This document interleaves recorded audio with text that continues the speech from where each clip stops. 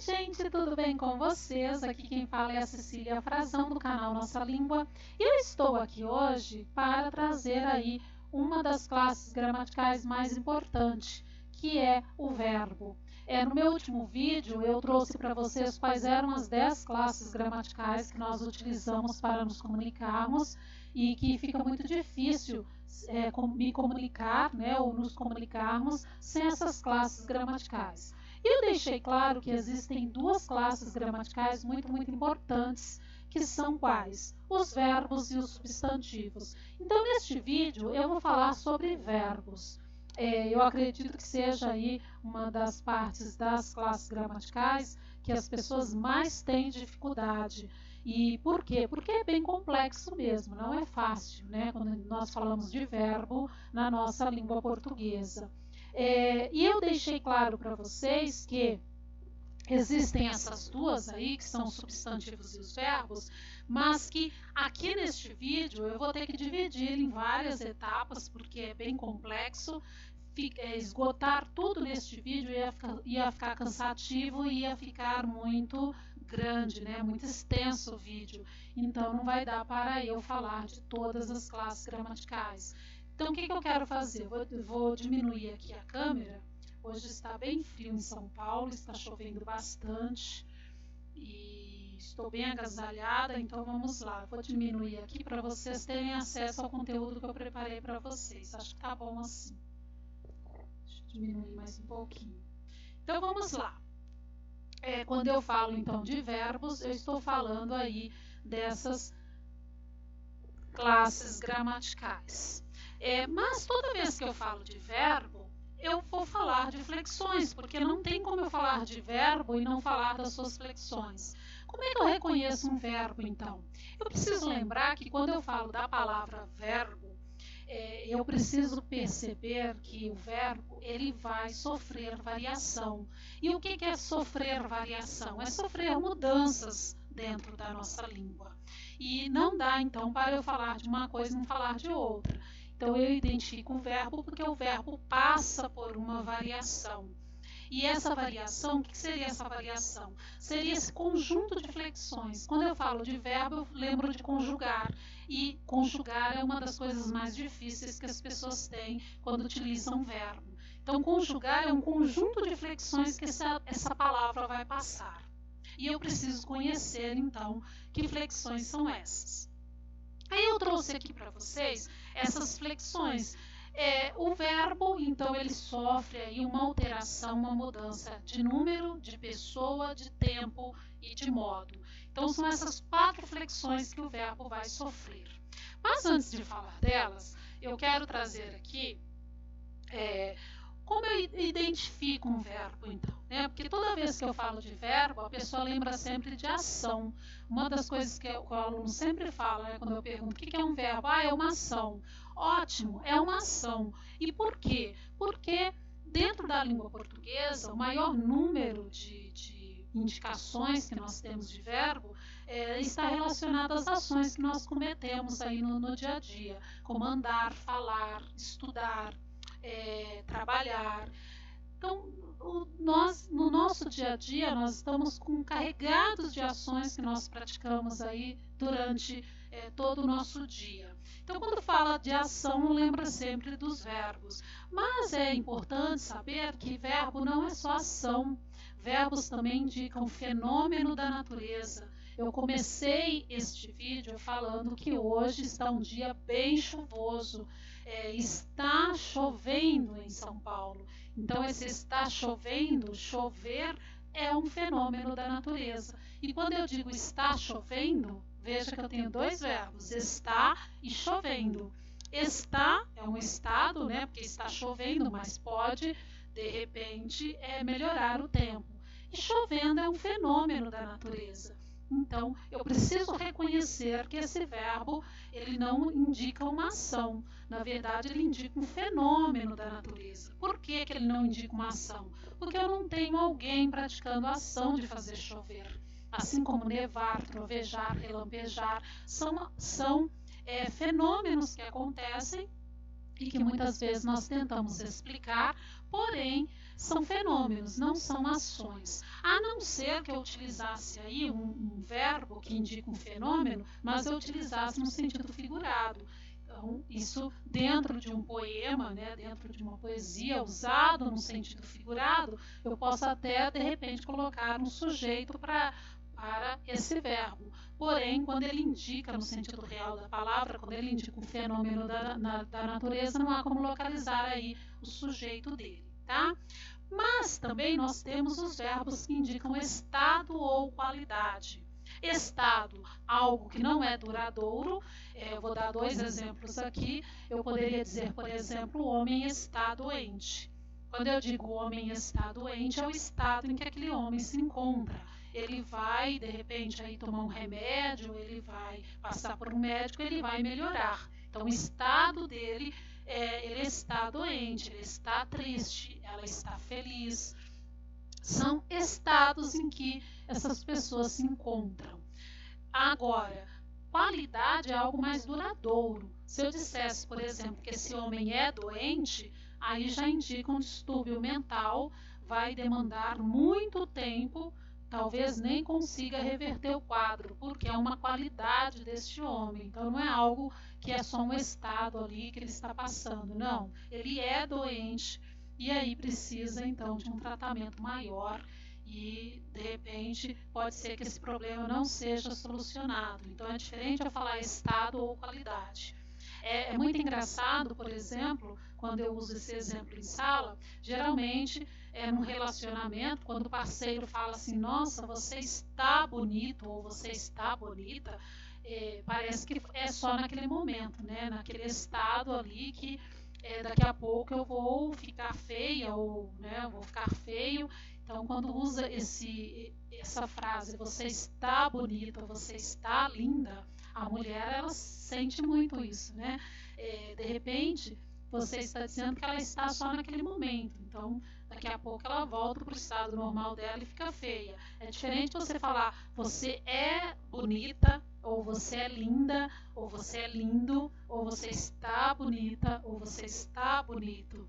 Então, veja a diferença de sentido entre um verbo e outro. Então, o verbo que indica estado é algo passageiro e a qualidade ela já é algo mais duradouro. Já tem a ver aí com a questão da duração do tempo na frase, tá bom? E de ser uma qualidade sua, né? Não um estado. Agora, quando eu falo de flexão, eu quero dizer que esse verbo, então, vai passar por essas variações no momento ali, tudo junto, não dá para separar isso aqui. Então, quando eu uso o verbo, flexão de número, por exemplo, eu estou definindo aqui se é singular ou plural. Flexão de pessoa, primeira, segunda ou terceira pessoa do discurso. Então, por exemplo, primeira, eu, segunda, tu ou você, na linguagem formal, e terceira, ele ou ela, do singular.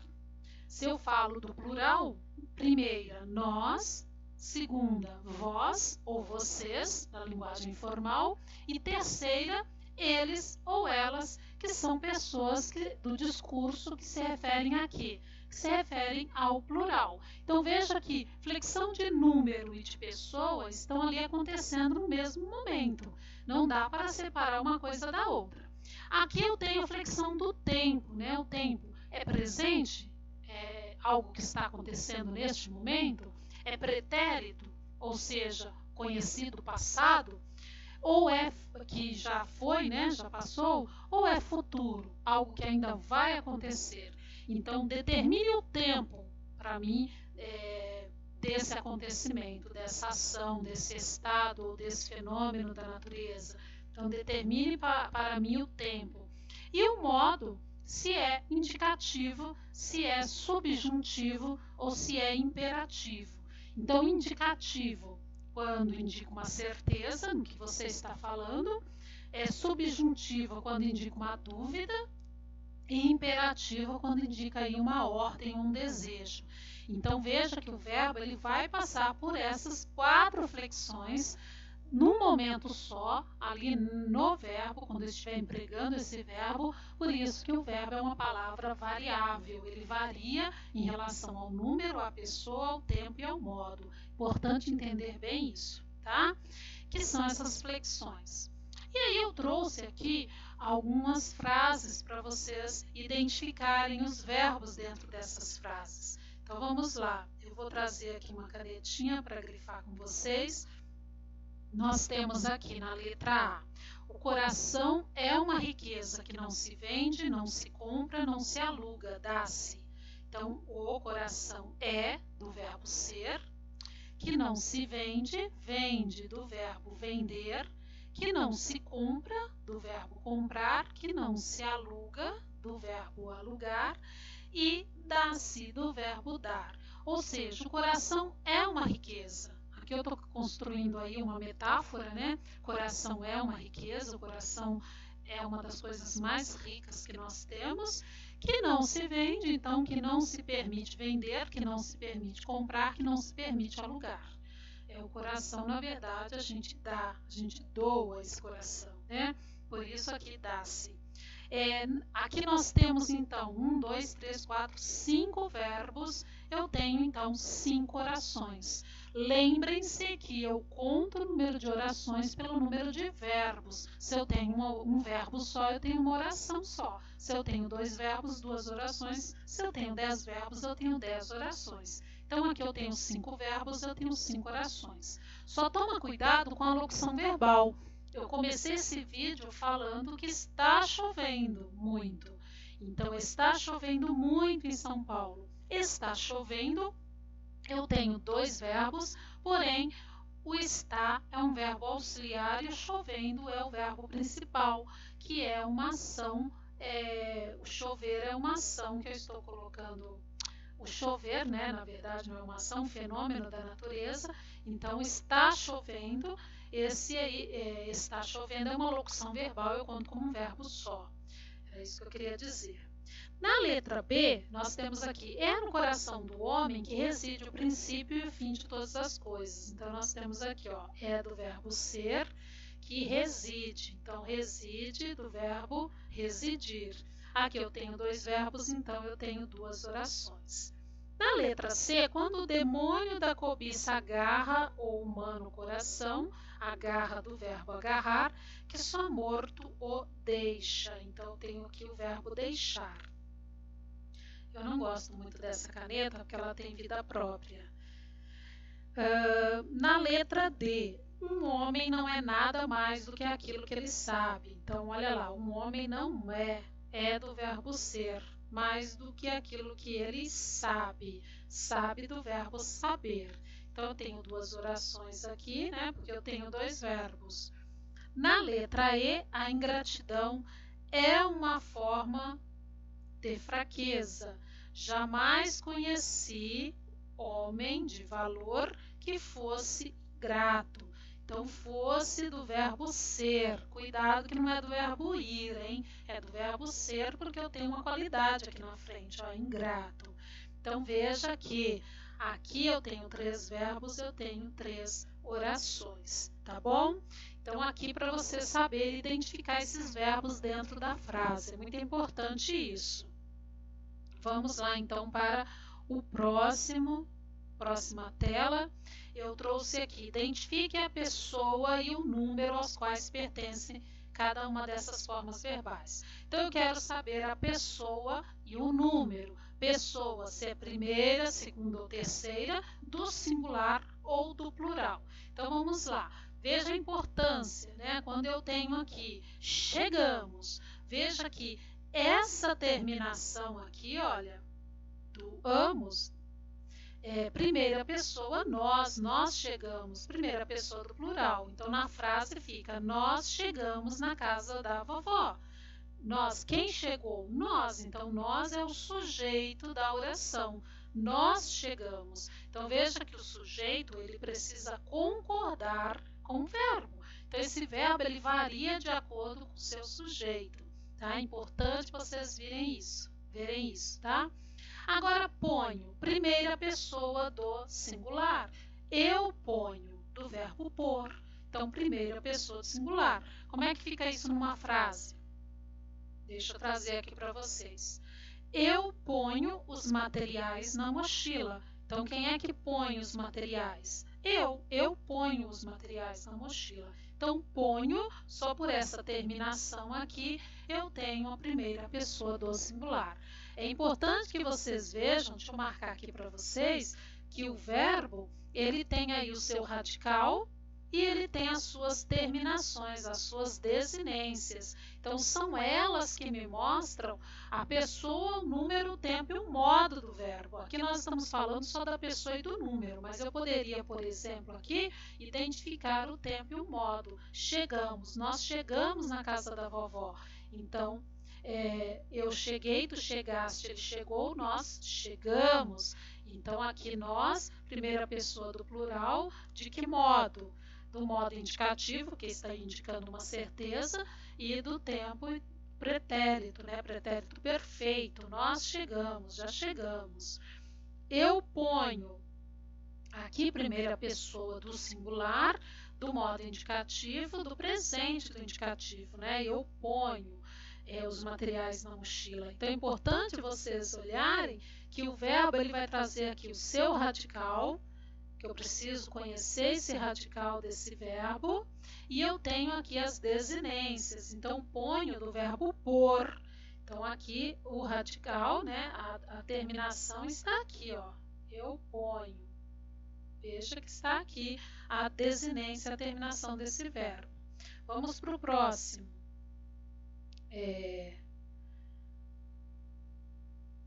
Deixa eu tirar daqui, dessa canetinha.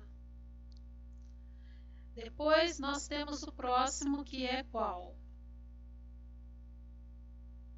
Falo que essa caneta tem vida própria. Deixa eu tirar daqui. Deixa eu voltar para a seta. Letra C, piorou. Então, piorou, terceira pessoa, ele ou ela piorou, né? Do singular.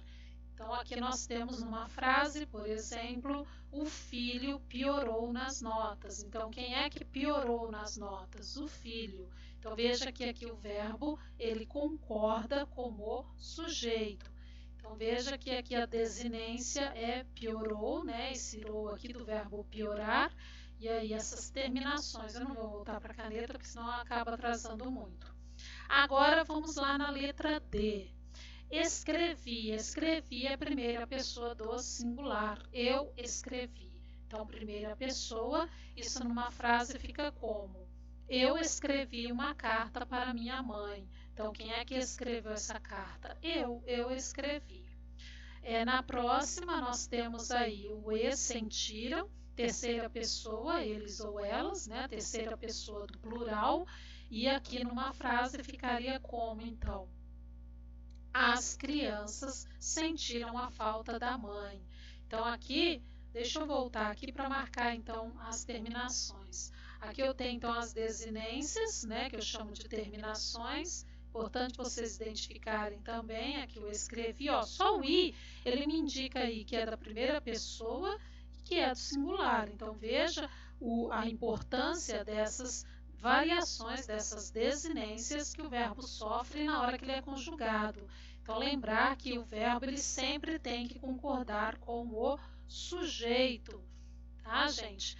Sempre importante perceber isso, para vocês não conjugarem de forma errada. Voltando agora aqui para o próximo. Manchaste, que é tu manchaste, né? Segunda pessoa do singular. Tu manchaste o quê? Deixa eu colocar a frase aqui que eu apliquei o tu. Tu manchaste minha blusa. Então, quem é que manchou a minha blusa? Quem é o sujeito dessa ação? Tu. Então, aqui o verbo concordando com o seu sujeito. Depois eu tenho aqui, na letra G, mandastes. Mandastes, segunda pessoa, que é vós, plural, né? Mandastes o quê? Deixa eu colocar aqui.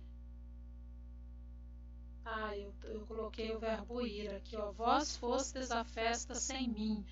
Troquei o verbo aqui. Mas mandastes, eu poderia dizer, por exemplo, vós mandastes meus trabalhos para a professora. Então, poderia ser nesse sentido, né? Depois, na letra H, é terceira pessoa, ele ou ela, do singular, do verbo ser. E aí eu coloquei a frase aqui, ó. A garota é muito bonita. Então, é muito bonita. Quem é muito bonita? A garota. Então, é uma qualidade da garota. Olha, é um verbo que indica qualidade, não ação. Próximo, o verbo ir, fui, né? Primeira pessoa, eu, pessoa do singular. Cuidado com esse verbo, porque ele pode indicar ação, como ele pode indicar uma qualidade também, né? Deixa eu ver a frase que eu coloquei aqui para vocês. Eu fui ao parque de manhã. Então, aqui esse verbo está indicando uma ação de ir a algum lugar. Então, eu fui ao parque. Quem é que foi? Quem é o sujeito? Eu. Mas eu poderia também dizer, por exemplo, eu fui uma criança esperta. Então, aí você não está usando o verbo como ação. Eu fui é do sentido de ser. Então, cuidado com esse verbo. Veja bem sua função dentro do texto, dentro da frase, tá? Próxima frase, ides, segunda pessoa, do plural, vós. E aí a frase que eu trouxe aqui para vocês é: vós ides à casa de Maria. Ides aí do verbo ir. Veja que aqui também está no sentido de ir a algum lugar, tá? E aí vocês têm, então, esses verbos conjugados de acordo com o seu sujeito. Então, veja que esses verbos eles vão passar aí por um processo de variação, por um conjunto de flexões aqui de pessoa e número, e aqui também tem o tempo e o modo, só que neste exercício eu pedi para vocês identificarem a pessoa e o número. Então, depende aí do que está sendo pedido para vocês identificarem, tá bom? Então, é isso. O próximo vídeo eu vou trazer aí outros itens a respeito dos verbos para que vocês possam saber a questão da conjugação, de que conjugação que é, e também aí dos verbos que indicam as formas nominais desses verbos. Então tem muita coisa para ser falada.